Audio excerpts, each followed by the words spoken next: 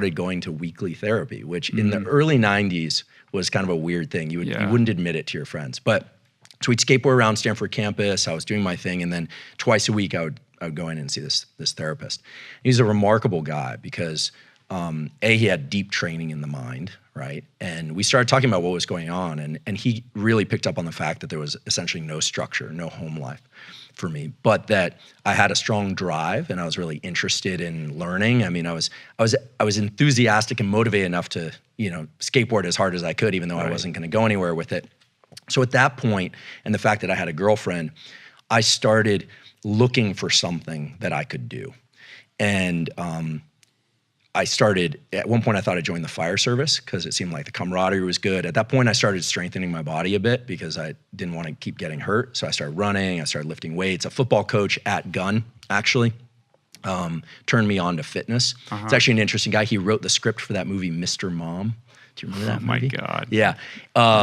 Because his wife bet him that bizarre. he couldn't do what she could do, which was stay home with the kids. And he was this big, strong football coach. And so he made her a bet and he lost. And so he wrote that script. Michael Keaton played the, So he taught me, he was like, look, you can't even do a pull-up. You need to start doing your pull-ups. You need to start running, and he said the fire service might be good for you. So I was spinning out, but there were people that were willing to kind of, point me in the right direction.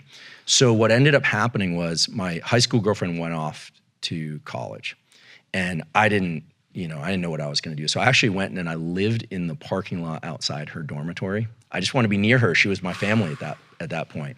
A college locally, or she was at UC Santa Barbara. Oh, so you drove down, and I just drove down. I just camped out in the parking lot, and I was starting to get into some martial arts and Thai boxing then. So I think I was teaching some Thai boxing, self-defense stuff on campus and doing this kind of thing.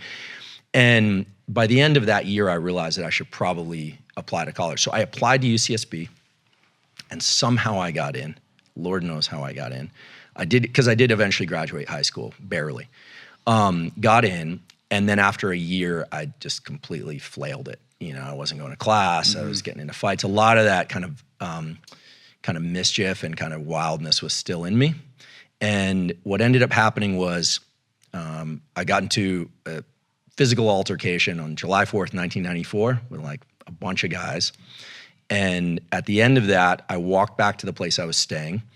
And of course, I wasn't paying rent because I had learned in those years, like, you can just squat in an empty house. So, it's Isla Vista, California, so I was really running wild, and went back and I realized, I was like, this picture is really bad. At some point, this isn't going to be like a kid who had some problems. This is going to be truly. It's not cute anymore. It's not cute anymore. No one's going to make excuses about your upbringing or the lack of parenting. It just becomes, you're going to end up being a ward of the state. I mean, it sounds like you were almost a feral animal. Totally feral, actually. And I have some close friends that's how they refer to me. They're really? Like, you're feral. And it's funny, even to this day, I mean, I'll get to where this eventually took me, but even to this day, when I go into a home where it's clearly like a loving home where there's kids are happy and there's good food and it's warm and cozy, I always feel this thing like, wow, like amazing. I sort of want to be adopted by them immediately. But I'm 45 years old, so that's not appropriate at this age. What's so interesting, I keep thinking about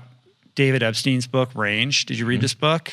Which is basically this thesis that some of the most successful people are not, we suspect that, the great talents of the world across all disciplines are the people who discover their passion at an early age and practice it voraciously for many, many, many years. But in fact, it's people more like yourself who've